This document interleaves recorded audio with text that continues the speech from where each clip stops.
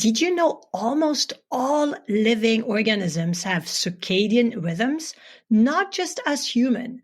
These internal clocks are crucial for our daily, seasonal, and life behavior. Why is this important to understand the season changes, the 24-hour health clock, or even in Chinese medicine, the 7-year life cycles? Well, because it's extremely useful in clinical practice. These rhythms or cycles follow nature and the environment, which help give us clues of imbalances. It also helps us educate our patients when we are discussing preventative health and for healing. It's amazing. So today I'm excited to share with you the 24-hour cycles, the men versus women cycles. Yes, we have different cycles, the seasonal cycle, and we're going to look at life cycles as well. The 24-hour health clock follows the 12 meridian pathways, of course, and the cyclical flow of qi, but that connects to the earth rotated on itself. The monthly lunar cycle is all about the rotation of the moon around the earth. And the seasonal changes that happen are the earth rotating around the sun.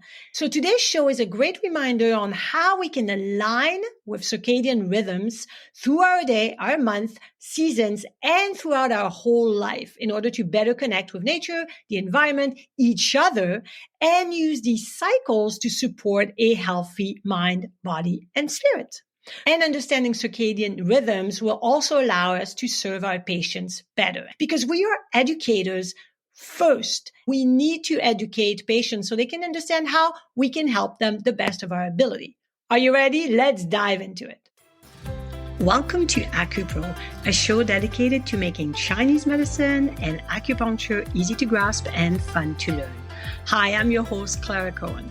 I support practitioners and students like you in changing the world one patient at a time.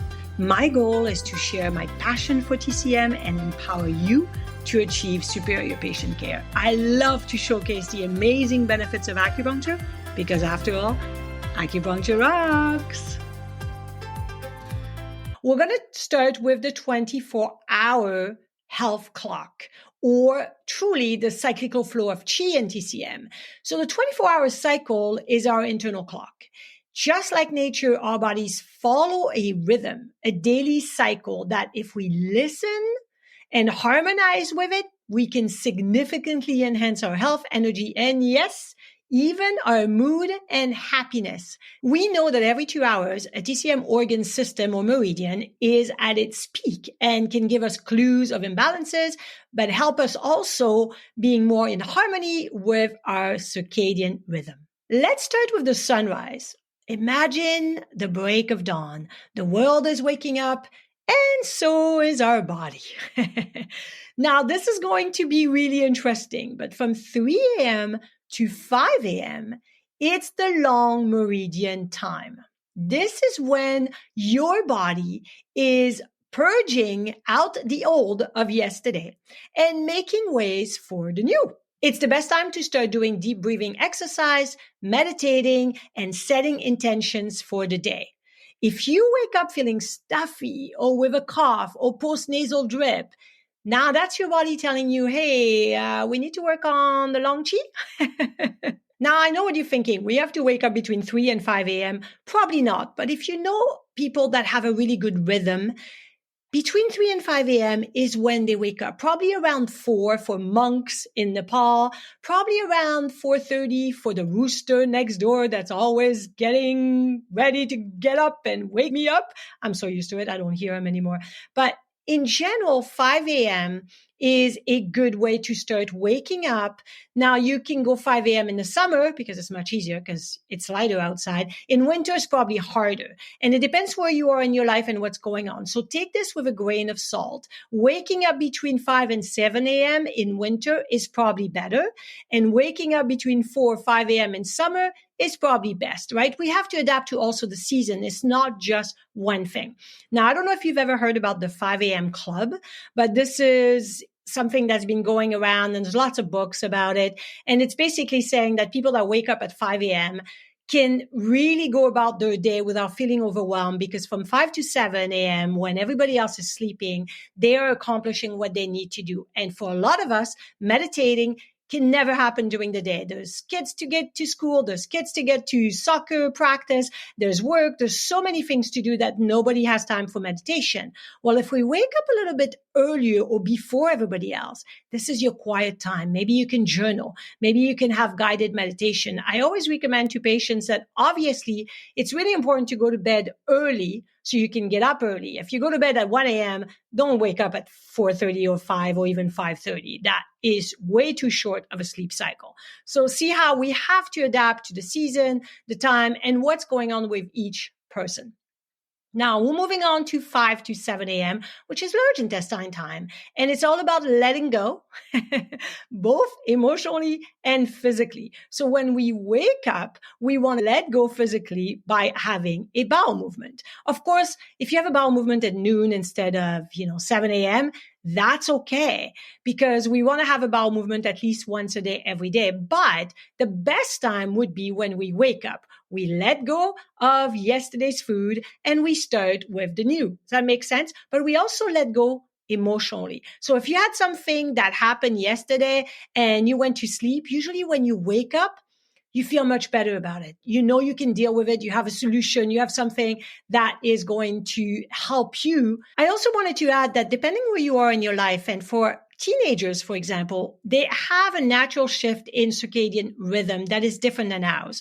They're biologically predisposed to go to sleep later and wake up later, which often conflicts with early school start times, right? I remember when I was younger, I never wanted to go to bed until like 10:30, 11:30 when I was a teenager, but then I would sleep on the weekend till noon. And my mom would go, "Oh my God, you're wasting your day." And to have to get up at 6:30 to get ready to go to school was so hard for me. However, now that I'm in my later years or in the fall season of my life, I like to go to bed at 9:30 and wake up around 5:30. So, things change. We have to adapt to also our life cycle, which we're going to talk about a little bit later in the show.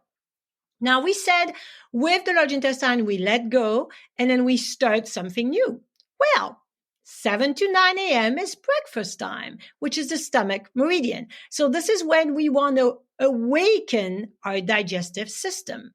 And we're going to give it what it needs, which is starting the day with a warm glass of water. You don't want to start with a cold glass of water because it's a shock to the stomach because it's all warm from the night. So you want to go very gentle with a glass of water and maybe a squeeze lemon juice or something that's going to slowly awaken the stomach acid.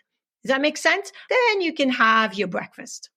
The next one is the spleen meridian from 9 a.m. to 11 a.m. And the spleen in Chinese medicine is in charge of nourishment. So it's also in charge of raising clear qi to the mind, and it's connected to muscle.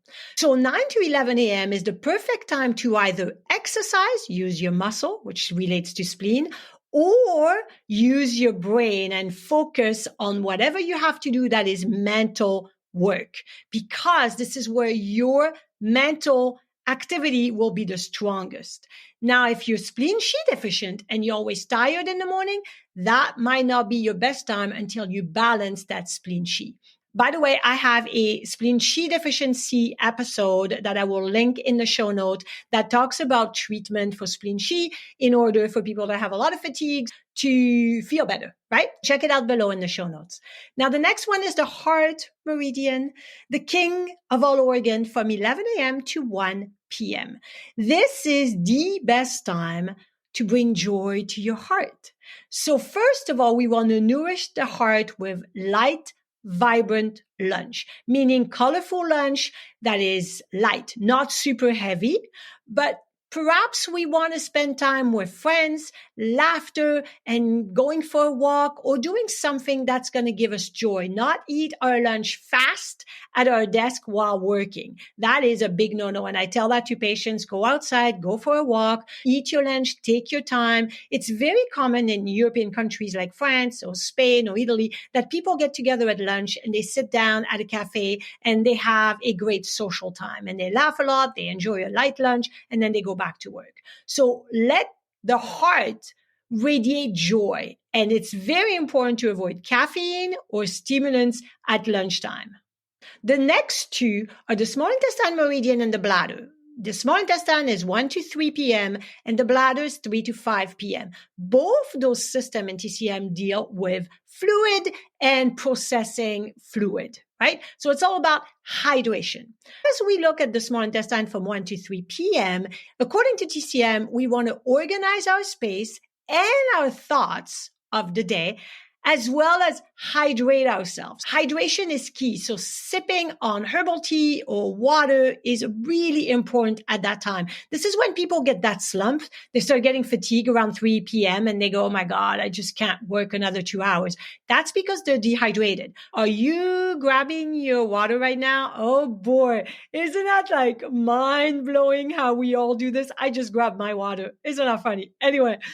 The bladder meridian is from 3 to 5 p.m. So still in the afternoon, most people are working at that time. And when the bladder meridian is active, it's all about the fluid, like I said earlier. It's an excellent time for a break or a gentle stretch to support our body's structure and fluid balance. Because often people work in cubicles or in air conditioning area that really depletes our fluid even more. So stretching and allowing a better movement for fluid to move throughout the body so we don't get that water retention at the end of the day is a perfect time to do this. So maybe a little walk outside, some stretching, and some fresh air, plus some hydration. I tell my patients that all the time. Make sure you drink enough fluid in the afternoon. Otherwise, you're going to have that slump, that tiredness mid-afternoon. The next one is the kidney meridian, which is 5 to 7 p.m. or dinner time for most families and most people. Now, when the kidney meridian is in high peaks from 5 to 7 p.m., it is all about reproduction, conception, and growth. So it's all the best time first to either connect with family, because family is reproduction. We all together reproduce each other and are connected in that perspective. Our genes are connected. So reconnecting with family, having dinner together, sitting down, talking about the day. I grew up, that's what we did with my mom. My mom came home at 6 p.m. and we would start having dinner and talk about our day and laugh a lot. And there was no distraction. There was no social media. There was no devices. And I didn't grow up with a TV. So we didn't have that issue of being distracted. I know my husband, for example, they are used to eat their dinner in front of TV. Well, that's not really connecting. And I know a lot of my patients will come home, grab their kids, take them to soccer practice, and on the way there, maybe grab something so they can all eat really quickly before or after the soccer game. This is not connecting with family, unfortunately. So if we can't do this every day, we at least want to do it as many days in a week, like 4 days in a week together and connect with family. It's also, according to TCM, the best time for sexual activity. So take it or leave it, but that's what TCM says. The next 2 hours is a pericardium from 7 p.m. to 9 p.m. And so the pericardium is the protector of the heart. This is our cue to unwind and calm the mind. Get ready for bed. This is not the time to start being on devices, to watch TV shows that are going to be gory with a lot of blood or killing. No bad news, no watching the news. It's the time to meditate or do a yoga, stretching, calming exercise. Have a half an hour before you go to bed to do something that really elevates you, like journaling, like taking a bath. Do some self-care. Maybe you just give yourself a foot massage. But watching Netflix for 3 hours, probably not the best bet. Since I started AcuPro Academy, many people have asked me to offer a cosmetic acupuncture online course. However, I do not practice it, but I found the perfect person for that. My friend and colleague, Dr. Rebecca Stevens, has created a course that is easy to digest, very practical, and provides a wealth of knowledge. You can diversify your practice and increase your earnings while delighting your patients by adding cosmetic acupuncture, or sometimes called facial rejuvenation, to your repertoire. This course contains everything you need to start practicing facial acupuncture immediately upon completion. Listen to what people who invested in this course had to say. I was excited to take this course in order to add facial acupuncture to my services and was blown away by Dr. Rebecca's knowledge. She is calm and explained everything so well. She obviously has a lot of experience in the area, and I can't wait to start utilizing this new skill on my patients. I would highly recommend this course. Here's another one. This is a great course. Everything was well explained, but without being repetitive. The video demonstration was so well paced, clear, and complete. It definitely made me feel more confident to practice cosmetic acupuncture. Thank you, Dr. Stevens. If you ever wanted to offer cosmetic acupuncture to your patient as an alternative to Botox and other chemicals, this is the course for you. Go to AcuProAcademy.com and click the TCM course on the menu tab, or check out the link in the show note. From 9 p.m. to 11 p.m., it's Sanjiao time, or the triple burner, triple warmer, triple energizer, triple heater. Oh my God, so many names. So I'm going to call it the Sanjiao.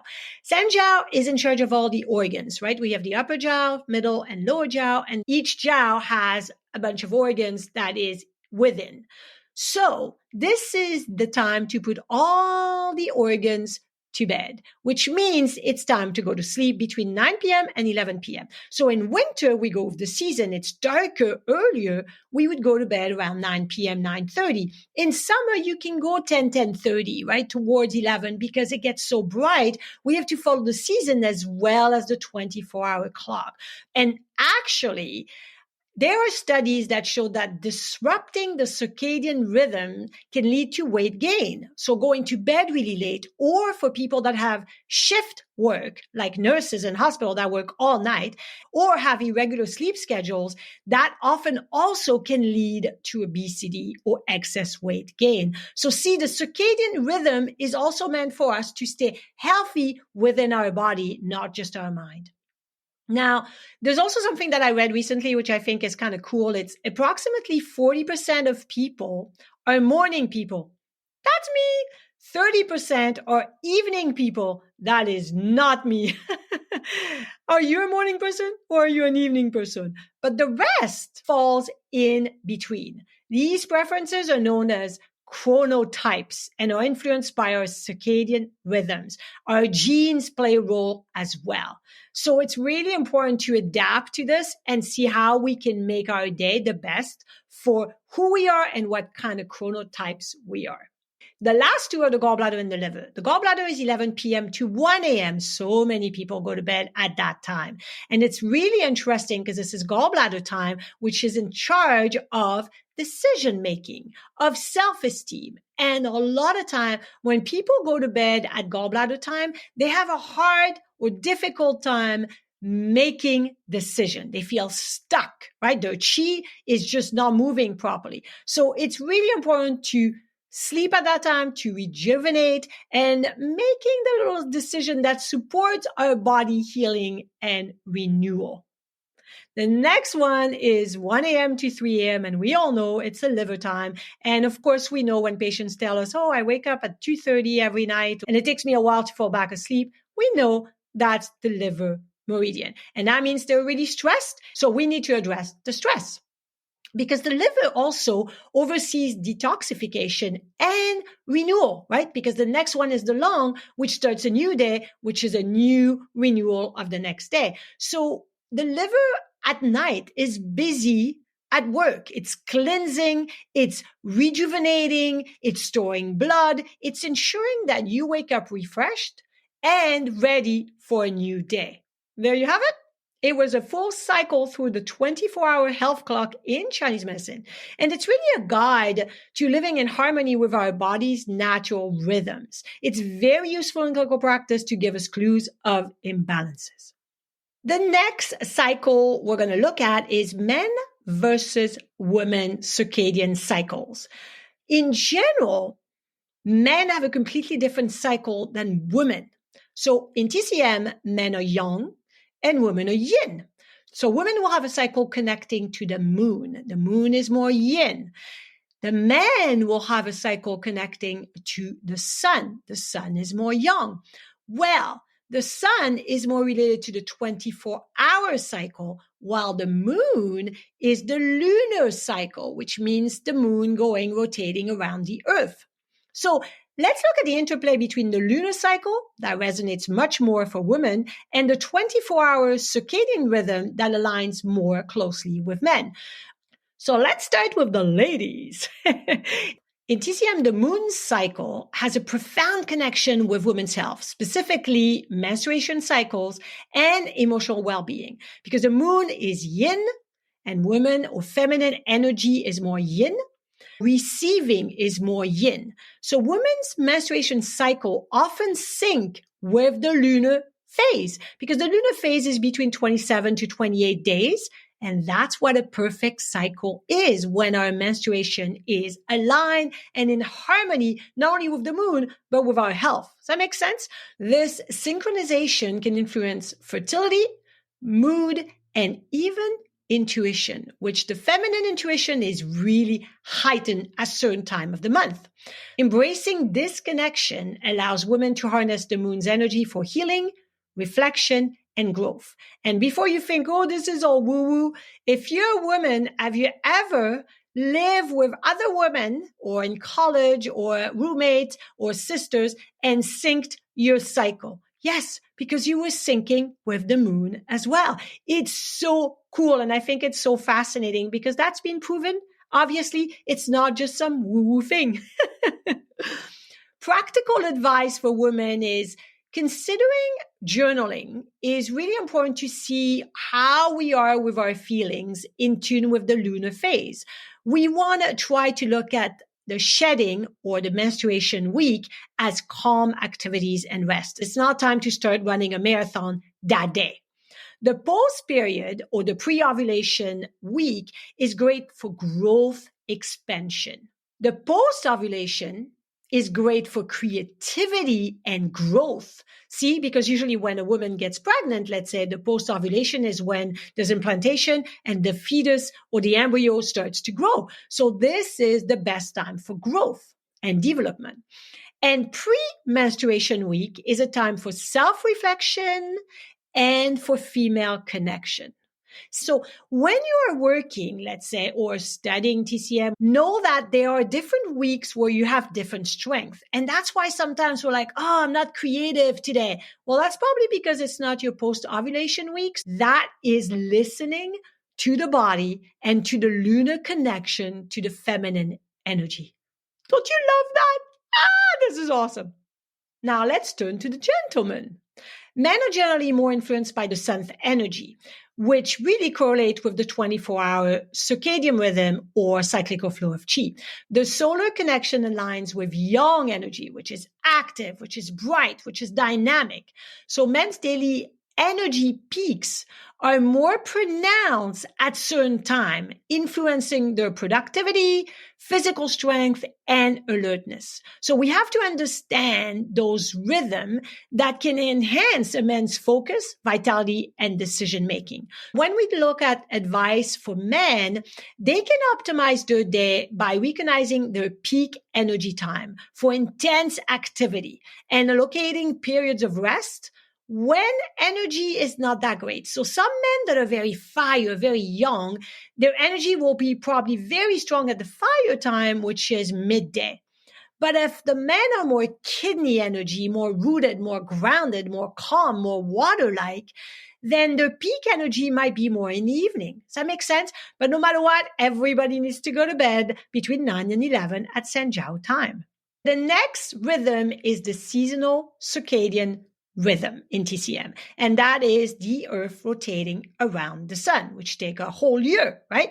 That is what we're going to talk about right now, each season. And what's key is we have to go with the season. It's really important to have a good rhythm connecting with nature and our environment. So let's start with spring. Spring is the season of renewal and growth. It resonates with the wood element in TCM. So it's time for new beginnings, expansion, but also flexibility, adaptability, right?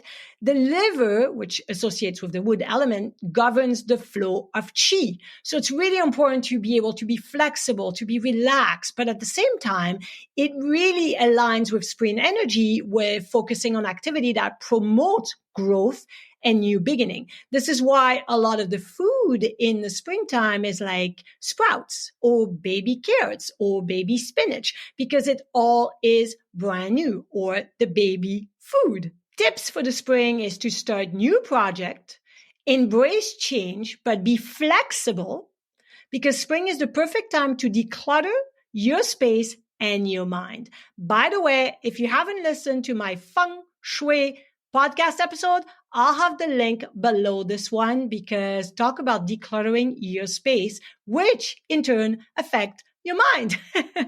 So it's not just for springtime, but springtime is definitely when people say spring cleaning, right? We want to start something new. For nutrition tips, we want to have more like fresh greens, sprouts, and sour food like lemon, Granny Smith apple cider vinegar. Super good to stimulate the liver qi. Now we get into the summer. Love the summer, which is the fire element. It's associated with joy, warmth, and connection. It's very social. So the heart is the key organ during this time. And we want to emphasize on social interaction and emotional well-being to feed the heart mind, right? To be really happy and joyful. So for tips, we want to engage in activities that are going to make us happy. So maybe you want to join a group of people that go hiking on the weekend, or you want to be social with your friends and go for picnics, right? For nutrition tips, we can introduce more colorful salad or fruits that are in season. But if you're someone that's really, really cold all the time, we don't want to overdo it with the cold, raw food. But if you're not, this is the right season to enjoy the peaches and the blueberries and all the summer beautiful colored fruit and vegetables. Now, we want to also stay hydrated with plenty of water or herbal tea. When I lived in Morocco, they have the best mint tea. Moroccan mint tea is the best. And I remember when I moved there and they serve mint tea and it's like 35 degrees outside. I'm like, I don't want tea. I'm so hot. But they were like, no, this is cooling. And it is so cooling because mint is cooling. Although the drink is warm, it doesn't shock your body, because inside our body, it's not cold, right? It's 36 degrees or so. While on the outside, we may feel hot as well. We want to cool it from the inside so it can reflect on the outside. Does that make sense? The next season is the fall. I love the fall. It's my favorite season. What's your favorite season? Let me know, because I love the fall. It's associated with the metal element in TCM, and it invites us to organize and prepare for the winter ahead. So the long and large intestine are connected to the fall, right? And they emphasize on breathing and letting go of summer and implement clear boundaries, because the long and the metal are our immune system. So we want to learn to really put boundaries at that time. This is time to really learn to do this and let go of the summer. I know it was fun, but now it's time to prepare for winter by doing activities that are going to help us deep breathing exercise. Writing is also really good, like journaling. It's also really important to add food that are more spicy, like cinnamon and ginger. Those are really fall food, right? Like chai, and having fermented food and do canning. People used to do canning for the winter. So you have all your canning for the winter of vegetables that you picked in the summer, you harvest them, and then you have them for the winter. And fermented food like sauerkraut, for example, so good for the large intestine because it brings probiotics. Does that make sense? We want to also focus on warmer cooked food to conserve our energy, because if we have a lot of cold food, it takes too much energy to digest, and that makes us tired very fast.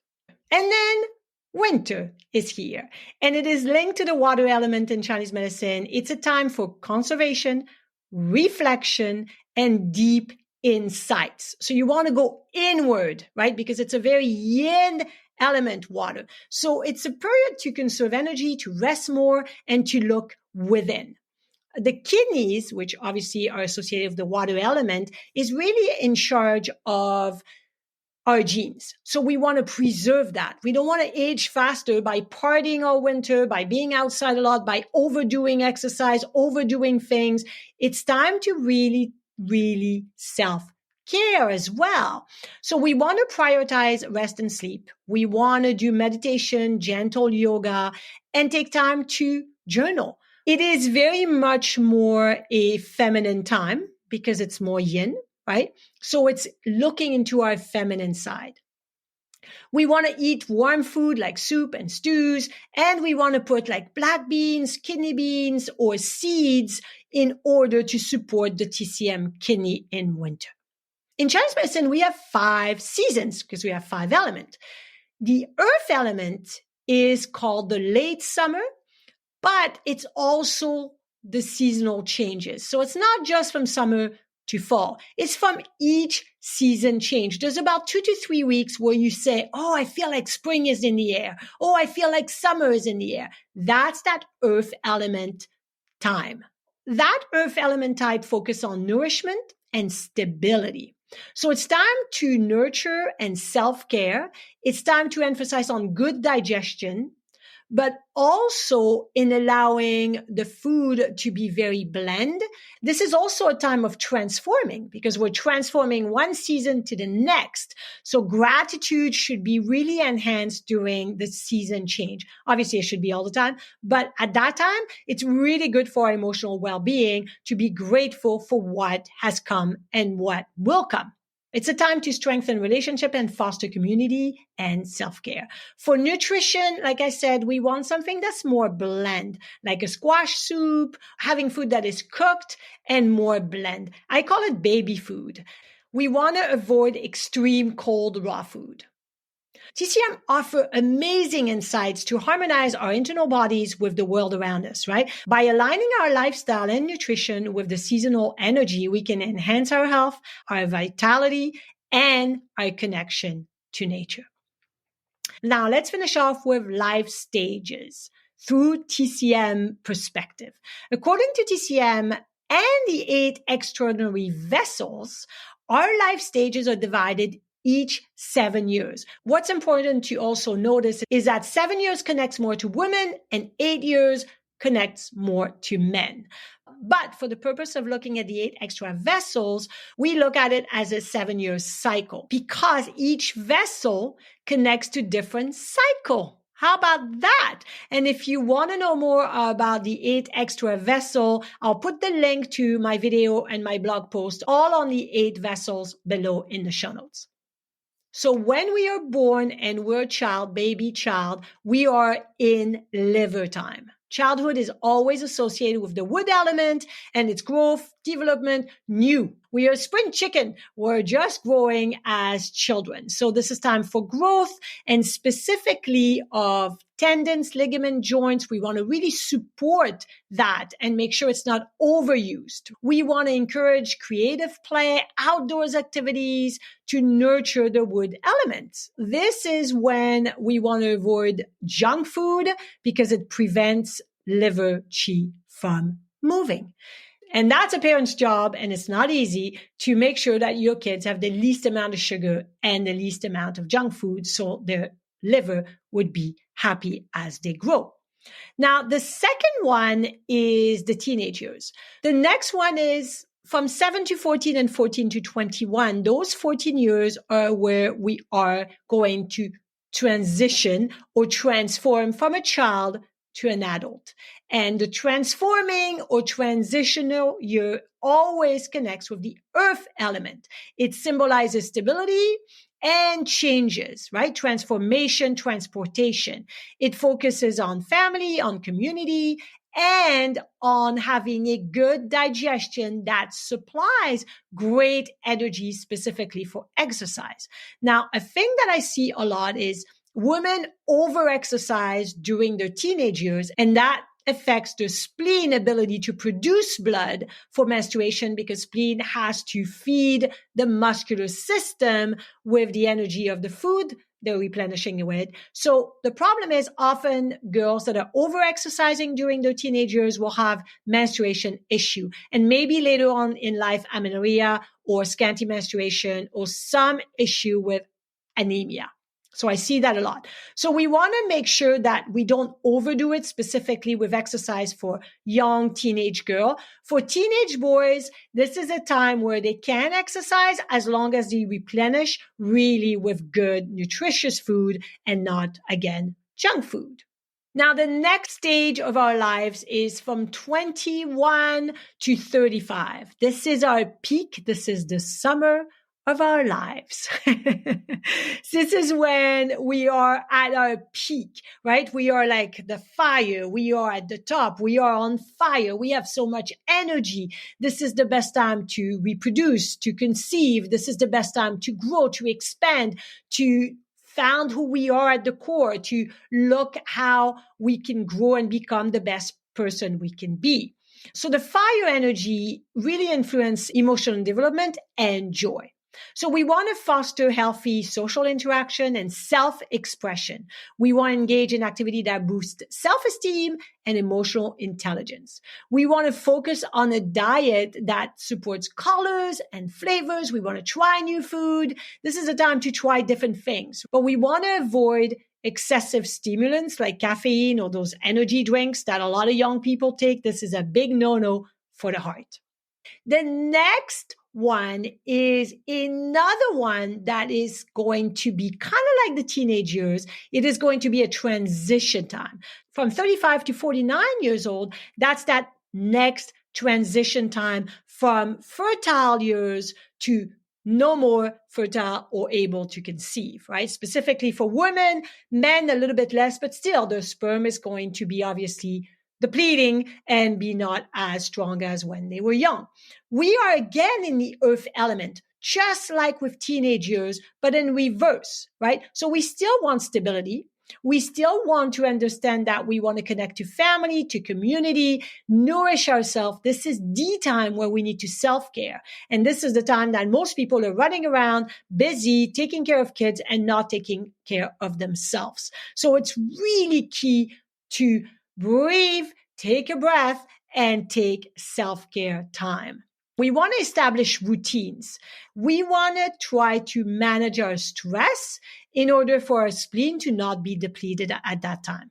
The next cycle is the fall time of our lives, which is the middle element, which is kind of often called the middle age. And it's about 49, 50 years old till about 63, 65 years old. And it's a period of refinement and introspection.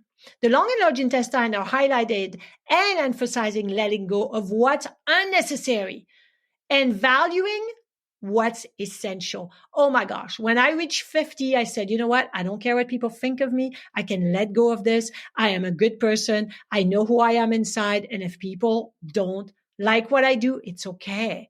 So being able to let go of what people think of you comes with that large intestine time, that fall season. We're finally able to let go and we have that better breathing. And we want to cultivate letting go and breathing. So journaling, meditation, maybe attending silent retreats, just something that really feeds your mind and helps your mind be at ease and calm. Now, the last one is the winter of our lives. And this is usually 63, 65 years and up. This is the golden years, apparently. I don't know what they're called, the golden years, by the way. But this is the water element, which obviously is our senior years. And it reflects our wisdom because as we grow, we've become more wisdomy. And this is the time that the kidney's energy is going to be declining. So it's important to really do mental exercise to keep our memory sharp, to continue to walk and have weight-bearing exercise to keep our bone strong. We want to emphasize on activity that nourish the kidney. Yoga, Tai Chi, Qigong, cultivating wisdom, sharing experience with younger generation. I had a patient years ago that was 92 years old and she was the cutest little lady, all dressed very nicely. You know, she had all her pearls. She was from England. She had a beautiful suit on and she had lipstick and eyeshadow. Like she was always very well put together. And she came to see me because she was a bit fatigued. I'm like, she's 92 years old and for the first time of her life, she's fatigued. I love it. She loved acupuncture. And after a few weeks of her feeling better and better, I asked her, you know, at 92 years old, you're so vibrant, you're so amazing. If you had something that you can share, a piece of wisdom with the younger generation on how to age gracefully and look and feel the way you do at 92, what would it be? And her answer was one word: adaptability. And I was like, okay. I thought she was going to say, eat well, exercise, or whatever, but adaptability, what does that mean? And she said, Clara, things are going to come at you, unpredictable, things you can't control, and you're going to try to fight them. And you're going to get stressed about it. Adapt to change. Change is constant. It's inevitable. So instead of fighting the wave when the wave comes at you, and some waves are going to be really big, ride the wave. Adapt, and you will age with way less stress. And I was like, mind blown. But this is what the winter of our lives brings. It brings really wisdom that we can share with the younger generation. By aligning our lifestyle and nutrition with each life season, we can foster health, well-being, and fulfillment at every age.